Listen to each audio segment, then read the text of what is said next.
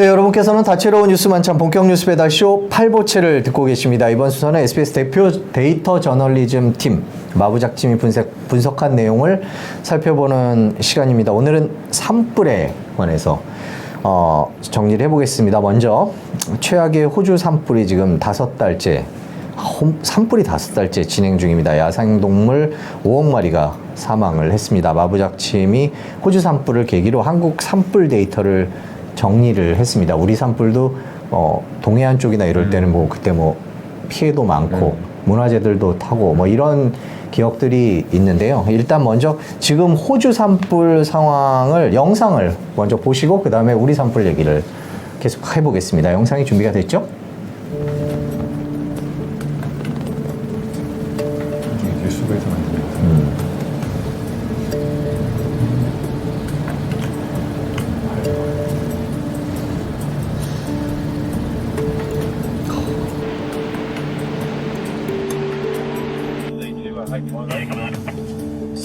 Get Davison over here as well.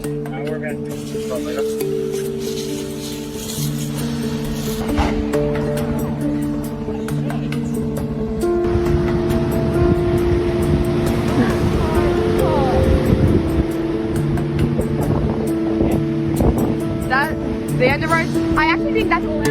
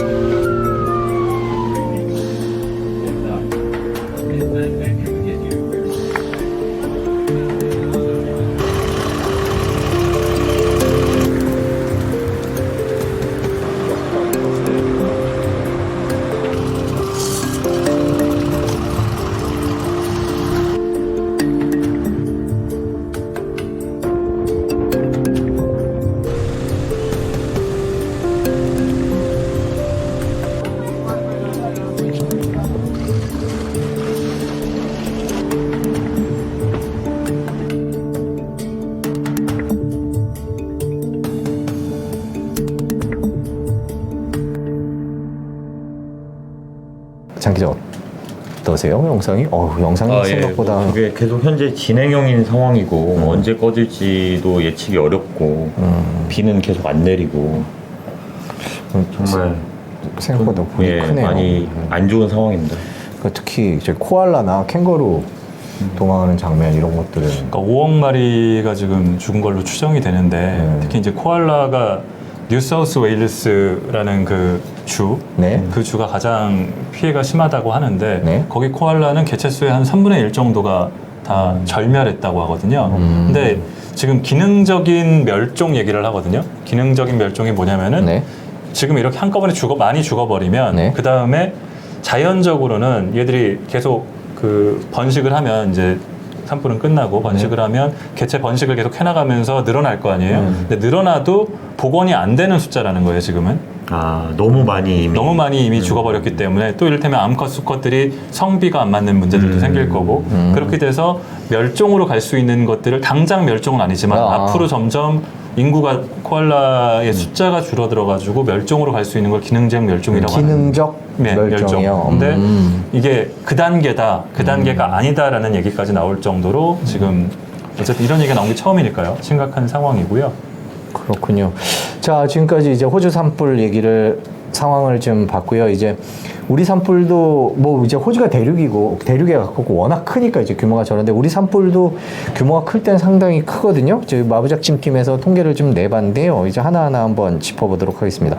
그동안 얼마나 발생했습니까? 보통 큰 산불들 같은 경우에 보도가 되는데 그거 말고도 크고 작은 산불들이 많을 텐데요. 1년에요. 네. 작년 2019년 한 해 동안 공식 집계된 산불이 650건입니다. 1년에요? 1년, 그러니까 2019년이요? 2019년 1년 동안 650건이요. 하루에 거의 하루에 두세 건씩. 네. 네. 그래서 네. 지금 현재 통계가 생산되기 시작한 1960년부터 저희가 2019년까지 네. 60년 동안 산불들을 다 집계를 해봤더니 60년? 네. 27,000건이었거든요. 네. 27,235건. 네. 그래서 연평균으로 따져보면은 454건 정도. 454건 400여 건. 네, 450건 정도고요. 생각보다 많네요. 굉장히 산불이 우리가 생각하는 것보다 훨씬 좀 많이 나는 편이고, 그다음에 피해 면적. 자, 호주가 워낙 지금 산불이 심각하고 그래서 서울에 뭐 100배, 140배 얘기가 나오는데 저희도 우리나라 전체 면적하고 대비하면은 결코 작은 수준이 아닙니다. 19만 5천 헥타르가 여태까지 60년 동안 산불 피해를 당했고요. 네. 19만 5천 헥타르가 어느 정도 크기냐? 서울시 전체 그리고 인천시 전체 거기에 김포시 전체 요 세 개를 합하면은 19만 5천 정도 됩니다. 이 정도 크기가 역대 산불로 60년 동안. 네. 그래서 소실됐다는 겁니다. 그렇군요.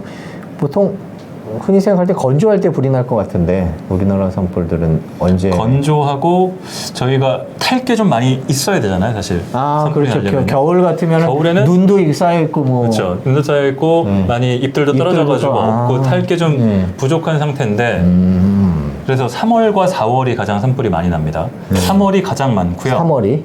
가장 많고 바람도 바람도 많군요. 영향이죠. 그렇죠. 예. 우리 한국 산불은 특히 강풍을 타고서 번지는 경우가 많기 때문에 네. 영동 지방이 그래서 저희 뭐 그쪽이 영서에 비하면 더 심하거든요. 예, 저기- 나오는데 네. 3월과 4월에 49.1%, 3월이 25.1%, 4월이 24.0% 합쳐서 49.1%가 3, 4월에 집중이 됩니다. 절반이네요. 거의 절반이죠. 거의 절반에 가까운 게. 네. 저희 오늘 그래픽이 좀 달라졌네요. 좀 이뻐졌네요. 저기 좀 자막입니다. 마구작침 할 때 자막이. 아까도 마찬가지였던 아, 것 같은데 그런가요? 네네. 자막을 안 보셨군요. 네. 3월과 4월이 이유가 있을까요? 좀 전에 얘기했던 어떤 바람. 건조했던 부분, 건조했던 날씨나 바람이 셌던 바람. 부분, 그 다음에 이제 실록이 피어나면서 뭔가 이렇게, 예, 그런 부분들이 아무래도 영향을 주는 것 같다. 그리고 겨울보다는 좀 이따 얘기를 할 건데 등산객이 많아지지 않습니까? 입산자. 아무래도. 그러니까 그런 산불 원인을 것도- 좀 얘기를 해봐야 되겠군요. 그럼 네네. 이쯤에서 네. 산불 원인이 등산객이 가장 많은가 보죠. 산불 원인 1위가 네. 입산자 실화입니다. 그러니까 입산자 실화. 네, 등산객이든 아니면 산에 다른 이유로 간 사람들이든 실화, 실수로 불을 낸 거죠. 근데 이 산불 원인들이 가장 많은 게 이게 37.6%인데, 네. 근데 그 다음에 원인들을 보면은 약간 저는 보면서 뭐 어이가 없다고 할까요? 네. 뭐 실화도 다음- 어이가 없지만. 네, 다음 원인이 네. 기타입니다. 기타가 18%고, 네. 그 다음은 논, 밭두렁, 소각, 그 다음은 태우는 거. 쓰레기 소각. 근데 그 불이 번지는 거예요? 그런 분들이 번져서 산불이 되는 건데요. 옮겨 붙고 옮겨 붙어서요. 근데 이런 실화, 소각 이거 다 사람이 하는 거잖아요. 네. 그래서 원인들을 다 보니까 자연 발화는 없나 네. 보니까 네. 기타에 원인 미상이 있습니다. 네. 원인 미상 정도에 포함되는 게 자연 발화인데 뭐 번개가 친다든지. 그렇죠. 뭐 그런 낙뢰라든지 건데. 네. 뭐 어떤 이유로든 자연적으로 불이 붙었던 것들을 그러니까 뭐 기타에 들어간 것들을 전부 다 자연 발화라고 치더라도 사람에 의한 게 아니라고 치더라도 80% 이상이 사람에 의한 화재인 거예요, 산불이. 그러니까 인재라고 볼 수 있는 거죠. 그 아까 호주 화면을 보면 이렇게 진짜 앙상하게 이렇게 무슨 까만색 나무 줄기만 남고 밑에는 다 타버리고 이런 건데 우리나라도 산불이 나면 물론 이제 거기에 나무도 심고 보건 작업도 하는 걸로 제가 예전에 취재했던 기억이 있는데 근데 보건이 쉽진 않죠. 원상복귀를 하는데 상당히 오래 걸리죠. 뭐 너무 지금 당연한 저희 질문인 것 같기도 한데. 역대 최악의 산불로 꼽는 게 2000년의 동해안 산불인데요.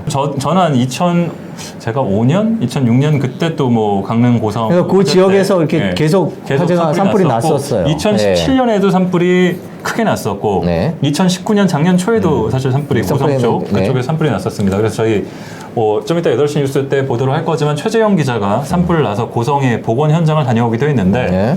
최재영 기자가 20년 전 산불이 났던 그 동해안 산불 복원 지역에 갔다 왔는데 네네. 아직도 복원이 안 됐어요. 20년이 지났지만. 20년. 네. 근데 복원이 되는 게 이 산림과학원에서 연구한 자료들을 보면은 단계가 있습니다. 복원되는 것들이 이제 어류 같은 경우가 가장 복원 속도가 빨라요. 어류는 3년이면 복원이 됩니다. 어류요? 네. 그러니까 산에? 뭐 산에 불이 나가지고 아, 뭐 그 호수나 개울에 뭐 개울이 개울이든 나오세요. 아, 어류. 어류가 없어지면 사실 물 속에 있기 때문에 피해가 어떻게 보면 적다고 볼 수가 있는 거죠. 근데 가장 그 단위로 가장 큰 것 중에 하나가 야생동물. 야생동물은 야생동물. 평균 한 35년이 걸린다. 그러니까 그 지역에서 아까 우리 봤었던 호주나 그런 데들이 네. 한국하고 분명히 다를 수는 있겠습니다만은 이전에 산불이 나기 전의 상태로 돌아오는데 35년이나 걸리더라. 그러니까 고성 지역이나 동해안 지역 말씀드렸던 2000년 같은 경우는 아직 복원되려면은 15년이 더 남은 거죠. 근데 또 중간에 또 그 사이에 불이 또 안 났냐? 네. 불이 또 났단 말이죠. 그러니까 그런 부분들이 있고 네. 또 하나가 토양 부분이 있는데요. 네, 흙이요. 네. 토양 부분은 100년이 걸린답니다. 완전히 회복되는데. 근데 토양이 무슨 의미가 있냐면 그 안에 유기물들이 있잖아요. 유기체들이. 이게 네. 나무를 심으면 네. 거기 나무에 양분이 되고 나무가 다시 자라나는데 도움을 되는 그렇죠. 토양 성분이 있어야 되는데 그게 없다 보니까 이 산불이 났던 지역에 다시 나무를 심으면 그만큼 자라지가 않아요. 안 잘 안 자라는 자라는구나. 그러니까 이따가 8시 뉴스에 최재형 기자가 취재한 것들을 보시면은 네. 자연적으로 복원이 될 수 있도록 뒀던 데들은 나무가 안 자랐어요. 짧아요, 나무가. 평균적으로 뭐 5년, 10년이면 나무가 이만큼씩 자라야 되는 그런 기준들이 있는데 자라나지가 않는 거예요. 토양이 훼손이 돼서. 토양이 회복이 안 돼서. 그러니까 인공적으로 계속 거기다가 비료도 갖다 주고 뭣도 해야지 그나마 할 수 있는 건데 네. 그러기에는 지역이 너무 넓은 거죠. 예산도 많이 들고. 근데 복원하기가 굉장히 쉽지가 않은데 네. 좀 전에 말씀드렸었지만은 산불 나는 거는 그냥 나가 입산했는데 뭐 담배를 피웠다가 그냥 불을 어떻게 냈다가 인재 실수로 일어난 산불이 80%인데 복원되는 데는 저희 죽은 다음에도 복원이 안 돼 있을 수도 있는 거예요. 그러네요. 100년이면. 근데 이런 산불이 왜 이렇게 자주 나느냐? 특히 호주도 그렇고 이전에 캘리포니아도 그렇고 아마존 산불도 지금 엄청 아, 나거든요. 그랬죠. 네, 네네네. 근데 한국도 보면은 네. 저희가 데이터를 보니까 아까 650건 말씀드렸는데 줄었어요. 줄고 있었어요. 한국도. 네. 줄고 있었는데 1968년이 한국에서 산불이 가장 많이 났던 해입니다. 1031건이 났어요. 최대 기록인데 2012년에는 197건까지 줄었습니다. 많이 줄었네요. 많이 줄었죠. 네. 많이 네. 줄었는데 지금 2015년 이후에 매번 홀수에마다 600건이 계속 넘었어요. 2015년에도 600건이 넘었고 2017년에도 600건이 넘었고 2019년에도 넘었어요. 지난해에도. 네. 점점 이 올랐다 내려갔다는 하지만 증가하는 추세라는 거죠. 네. 우상향을 그리고 있거든요. 네.